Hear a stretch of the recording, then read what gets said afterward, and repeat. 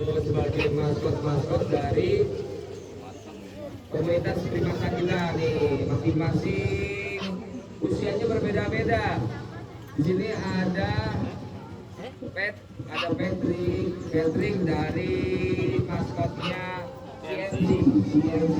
Patrick ya, yang diketuai oleh oleh Om Rustandi. Ya, Om Rustandi. Mana Om Rustandi? Cek. Soalnya ya. Ya.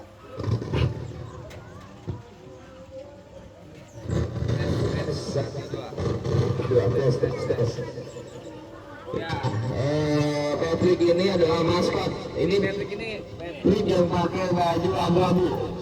Ini Patrick adalah maskot dari komunitas CMC ya. Patrick ini usianya 11 tahun. Jadi ini adalah maskot dari CMC yang masih dalam tahap pelatihan ya. Jadi dari beberapa burung-burung ini masih dalam pelatihan. Dan ada juga beberapa burung-burung yang sudah terlatih juga ya. Pak kasih space, saya mau salto dulu ini. Ada semuanya lega nggak? Mau salto dulu nih. Gemes dong. Ya. Ya begitulah kira-kira. Yang mana yang mau di ini? Yang mana yang mau salto?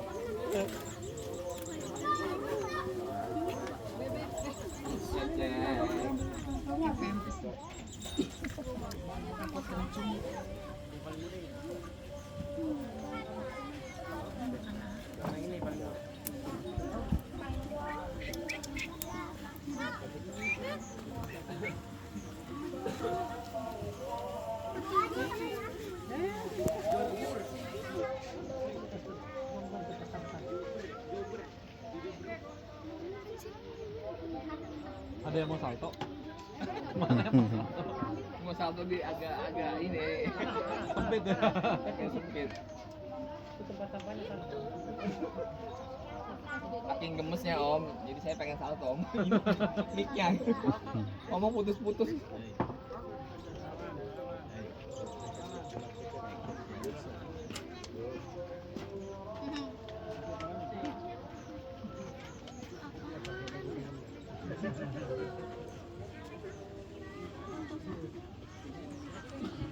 Burung. Hati-hati ya ketempatnya.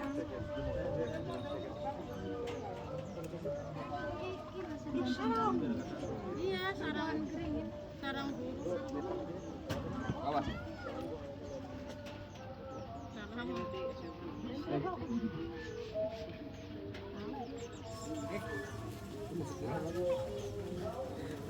Cek. Oke.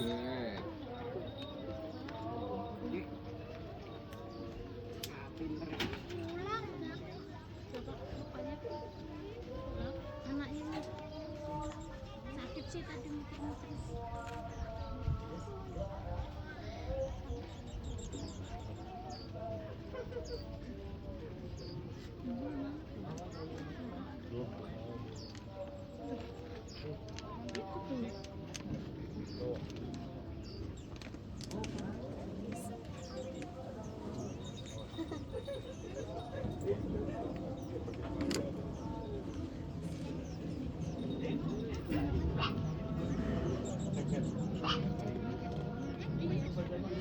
Iya tuh.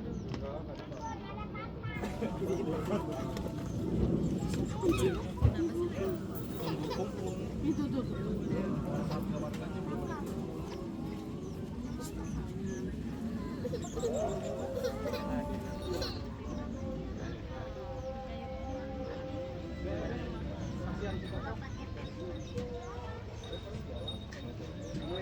Masih nggak bisa ya? Belum bisa ya?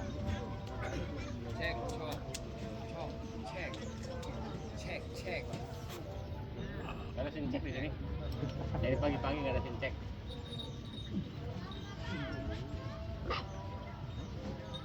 Dulu dong. Oh,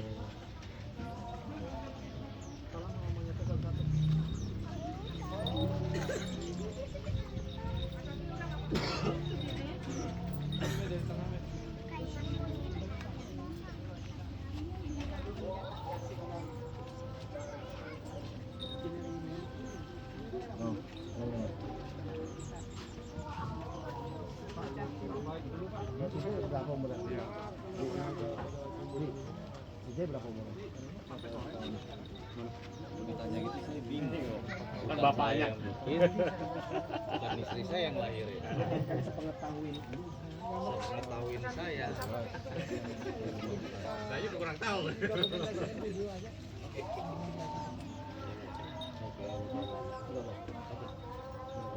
Kira-kira mau Nggak jauh dari ini.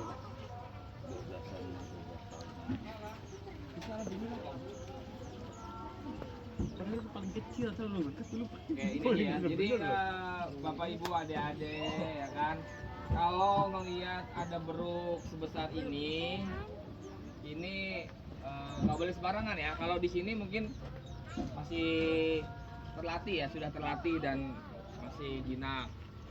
Tapi kalau kita ketemu di alam sana atau ada yang kelepas itu jangan coba-coba deketin ya. Ini adalah hewan buas. Ini adalah hewan buas sebenarnya. Iya. Makanya ini kita perlu perkenalkan ya. Kita perlu tunjukkan kepada masyarakat bahwa bukan berarti hewan buas juga tidak bisa kita kendalikan atau kita jinakkan. Dia jinak, tapi dia juga masih mempunyai insting alam yang perlu kita waspadai.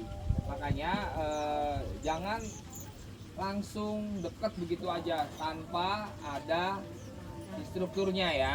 Jadi instrukturnya ini yang nanti akan memberikan petunjuk-petunjuknya bagaimana untuk cara interaksinya yang baik supaya si hewannya ini tidak kaget, tidak ngerasa stres atau tidak merasa terancam. Jadi nanti adik-adik atau kakak-kakak, bapak ibu bisa berinteraksi dengan cara seperti ini, shake hand itu salaman. Bisa nanti tos juga dengan Jeki Koba dan Ken. Di situ ada Ken, ada Patrick, ada Jai. Tuh. Itu Patrick, Ken, Jai. Kalau ini Koba dan Jeki. Ya. Nah, ini ada beberapa contoh ya. Adik-adik, ini ada beberapa contoh nih. Kalau Jeki dan Koba ini yang sudah terlatih ya, sudah jam terbangnya sudah banyak. Jadi dia lebih kalem, lebih anteng, lebih friendly. Di sini juga ada contoh juga yang masih dalam tahap proses pembelajaran. Ini ada beruk Jai, usianya 10 tahun.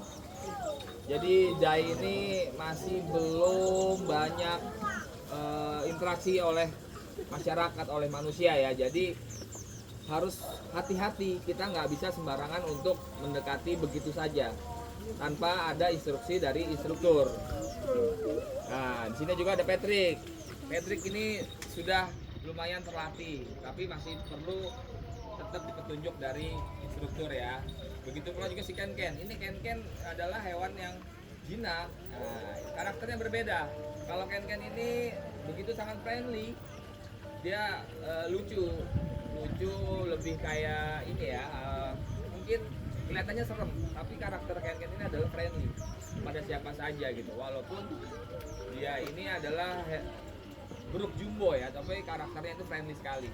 Yang lebih minim nakal atau penyerangan yang tiba-tiba gitu. Tapi kalau hewan sebesar ini yang perlu kita waspadai adalah moodnya. Kita harus bisa menjaga moodnya, jangan sampai dia stres atau dia kaget terus dia merasa tidak nyaman. Nah, itu akan terjadi gerakan-gerakan perlawanan atau penyerangan, protek. Sebenarnya jika nyerangnya tidak berbahaya, dia nyerangnya lebih ke protek, dia lebih ke nyakar atau ngedorong gitu. Karena mereka ini sudah kita latih ya untuk tidak menyerang manusia gitu.